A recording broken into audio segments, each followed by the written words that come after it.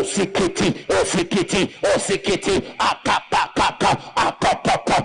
On peut y aller. Shalom, shalom, à l'Éternel Jéhovah notre Dieu, seul soit la gloire.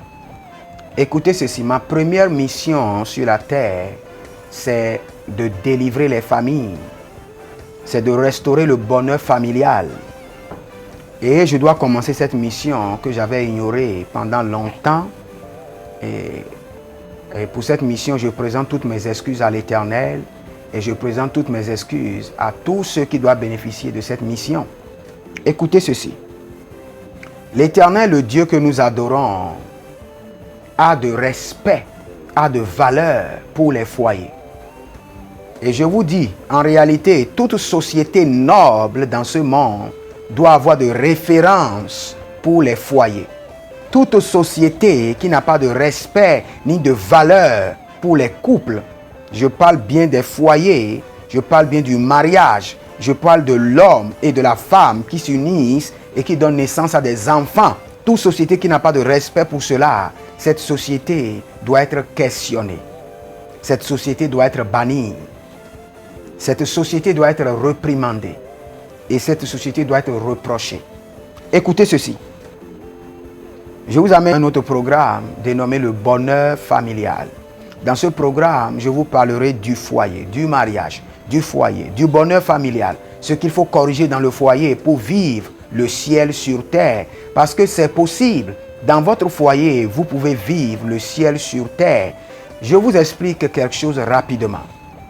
Cela n'est pas biblique, mais je trouve que si le Seigneur demandait mon consentement, cela doit être introduit dans la Bible. Écoutez, je le répète. Cela n'est pas biblique parce que cela n'est pas dans la Bible maintenant. Mais si le Seigneur demandait jamais mon consentement, cela doit être introduit dans la Bible. Toute personne qui rate le bonheur du foyer sur la terre doit aller en enfer. Je dis bien que cela n'est pas biblique. Mais je dis que cela est une conception personnelle que le Seigneur doit approuver. Écoutez ceci. Votre foyer est au-dessus de votre emploi. Votre foyer est au-dessus de votre ministère. Je parle surtout aux pasteurs, aux prophètes, aux docteurs qui n'ont pas le temps pour leur foyer et qui passent tout le temps dans le ministère à investir dans la vie des autres sans investir sur leur propre foyer. Si vous ratez votre foyer sur la terre, ne croyez pas que vous irez dans la vie éternelle. Ne ratez pas votre foyer. Ne ratez pas.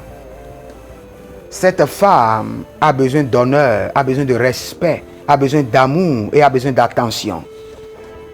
Vos enfants ont besoin d'amour, d'attention, ont besoin de soins. Cet homme que vous ignorez, vous femmes, a besoin de respect, a besoin d'honneur, a besoin de soumission, a besoin d'amour. Il y a plusieurs foyers aujourd'hui qui ont été contrôlés par le royaume des eaux. Je vous dis, ce qui dérange les foyers le plus, ce n'est même pas les hôtels, ce n'est même pas les caractères, c'est les femmes de nuit et les maris de nuit et la paresse. C'est les deux majeures choses. J'ai lu dans plusieurs foyers. La paresse, la peur de prendre des responsabilités. Quand vous voyez une femme qui n'est pas propre, ne croyez pas que c'est démoniaque, c'est la paresse. C'est la paresse. Vous voyez une femme qui ne veut pas se déranger pour sa femme, pour son mari, qui ne veut pas se rendre belle, qui ne veut pas nettoyer, qui ne veut pas prêter les enfants. Le problème c'est quoi? C'est la paresse. Et après la paresse, c'est les femmes de nuit et les maris de nuit. Je vous assure. Vous voyez un homme qui est toujours fâché et qui n'a jamais la tête posée pour discuter avec sa femme. C'est les œuvres des maris de nuit et des femmes de nuit. C'est pourquoi chaque dimanche après le culte, vous devez vous réunir avec votre famille, prier. Priez contre les maris de nuit, priez contre les femmes de nuit, même si cela ne vous dérange pas. Parce que les opérations des maris de nuit et des femmes de nuit sont cachées dans votre vie. Il y a plus de 9 à 12 opérations de maris de nuit, de femmes de nuit qui sont cachées. C'est pourquoi vous devez prier sérieusement.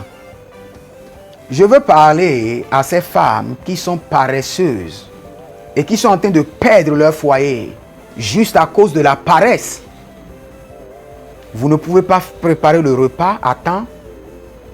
Vous ne pouvez pas dépenser de temps pour préparer un bon repas, pour apprêter le lit conjugal. Il faut que votre mari vous rappelle cela chaque fois. Vous n'avez pas le temps d'aider les enfants à accomplir leurs devoirs de maison. Vous n'avez pas le temps d'organiser la prière matinale avec les enfants. Nous avons des femmes irresponsables, des femmes paresseuses qui sont en train de détruire leur foyer avec leurs propres mains. Vous devez vous lever. Vous femmes, vous devez vous lever. Chaque jour, je reçois trop de plaintes des hommes, mais beaucoup de plaintes des femmes qui sont irresponsables, qui sont paresseuses. Regardez, pour préparer un bon repas, cela doit prendre du temps. Pour faire un bon cheveu, vous devez vous asseoir chez la coiffeuse pendant des heures. Pour préparer une bonne robe et être sexy pour son mari, vous devez préparer cela. Cela demande tout un travail hors scène. Et vous devez le faire. Aujourd'hui, il y a des filles qui sont du monde de la sirène, qui sont partout et qui sont prêts à vous arracher votre mari. Et c'est grave. Quand vous arrachez votre mari, vous n'aurez plus d'attention. La destinée des enfants sont à l'eau. Vous devez mettre tout le zèle qu'il faut, l'enthousiasme qu'il faut pour rendre votre mari un homme heureux et épanoui.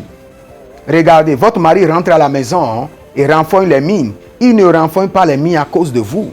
Il renfrogne les mines à cause de son patron qu'il a insulté, qu'il a manqué de respect au travail. À cause de ses employés qui n'arrivent pas à donner de résultats. À cause de toutes les responsabilités, les soucis à accomplir. Votre mari rentre à la maison et est fâché et commence par hausser le ton sur vous. Calmez-vous, femmes. Et comprenez que ce n'est pas vous la cause. C'est toutes les pressions que cet homme a vécues au bureau. Toutes les pressions que cet homme a vécues au travail. Toutes les pressions que cet homme a vécues dans son business. Peut-être quelqu'un l'a volé. Peut-être un débiteur qui refuse de payer. Vous n'êtes pas la cause quand vous voyez les hommes se fâcher. Surtout moi qui vous parle, je me fâche souvent. Je renfrogne la mine parfois quand je rentre à la maison. Ma femme n'est pas responsable de cela. Ce sont mes pressions du bureau, peut-être les erreurs de mes employés. Comprenez cela, vous femmes.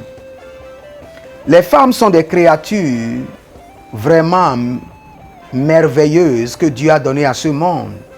Nous les hommes, nous sommes en tête, nous dirigeons le monde, mais ce sont les femmes qui ont le monde dans leurs mains. Nous dirigeons le monde en tant qu'hommes, mais ceux qui ont ce monde dans la main, ce sont les femmes.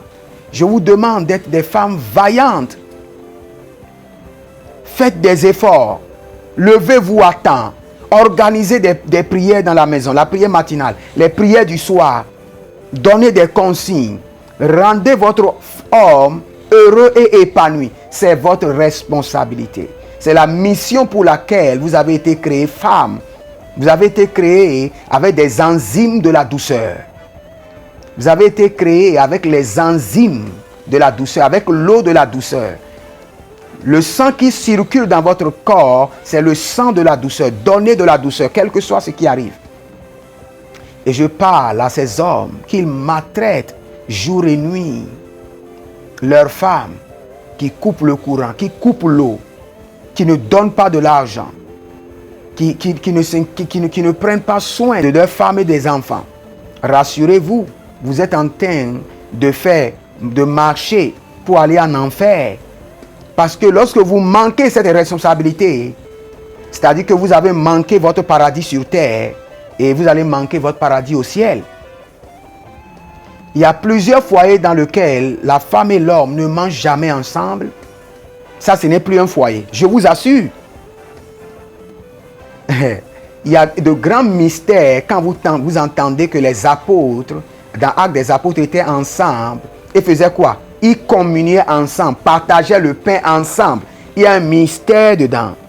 Lorsque vous partagez le pain ensemble, il y a une union d'esprit. Et là où il y a l'union d'esprit, il y a l'union d'onction et de grâce.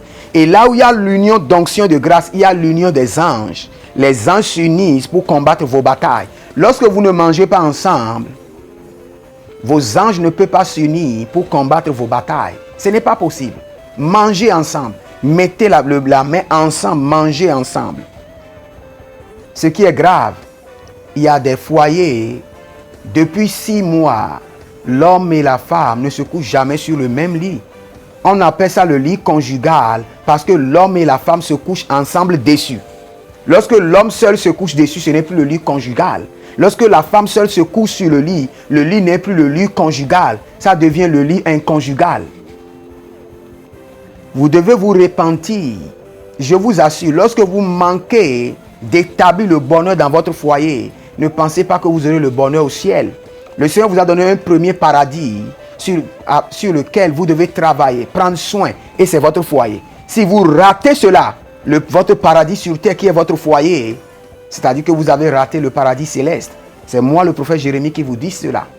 Je vous assure, faites tout ce qui est en votre pouvoir pour rendre heureux votre femme, pour rendre heureuse votre femme, pour rendre heureux cet homme que Dieu vous a donné. Regardez, excusez-moi le thème que je veux dire. Si cela est permis, si cela est seulement permis, et on vous fait asseoir, comme je suis devant la caméra, et on donne un autre homme à votre femme, en quelques minutes, vous allez voir comment cet homme prendra soin de votre femme. Et vous saurez que cette femme est une bonne femme, et que c'est vous qui ne savez pas comment prendre soin d'elle. Madame, si on donnait une jeune fille à votre mari devant vous, vous allez voir comment cette jeune fille va cajoler votre mari. Et vous saurez que cet homme a d'amour et que c'est vous qui ne savez pas comment prendre soin de cet homme. Repentez-vous. Je suis venu avec un mandat de réconciliation pour les foyers. Et je vous dis, de même que Christ a réconcilié les hommes à Dieu à travers sa mort et sa résurrection, c'est de même que vous devez être réconciliés avec votre femme et avec votre mari. Écoutez ceci. Tous ceux qui disent que vous sachent ce que est-ce que tu sais, prophète, ce que mon mari m'a fait, je ne vais jamais pardonner. C'est bien. Ne pardonne pas et tu vas à l'enfer, c'est sûr. Dès que tu dis que je ne pardonnerai jamais, c'est-à-dire que je signe pour aller en enfer, c'est ce que tu es en train de dire. Le Seigneur a dit dans Luc que si vous pardonnez aux hommes, votre Père Céleste vous pardonnera. Si vous ne pardonnez pas aux hommes, votre Père Céleste ne vous pardonnera pas. Ça, c'est clair. Toi, Marie, tu me dis que, tu sais ce prophète, tu sais ce que ma femme m'a fait? Je ne vais jamais pardonner. Ne pardonne pas et signe ton mandat pour aller en enfer. Sais-tu tout ce que tu as fait pour le Seigneur, tout ce que tu as fait de mal? Et si le Seigneur ne te pardonnait pas, tu serais déjà mort, pourri dans le tombeau. Mais le Seigneur t'a pardonné. Tu sais ce que tu as fait? Tu as commis des abominations, mais le Seigneur t'a pardonné.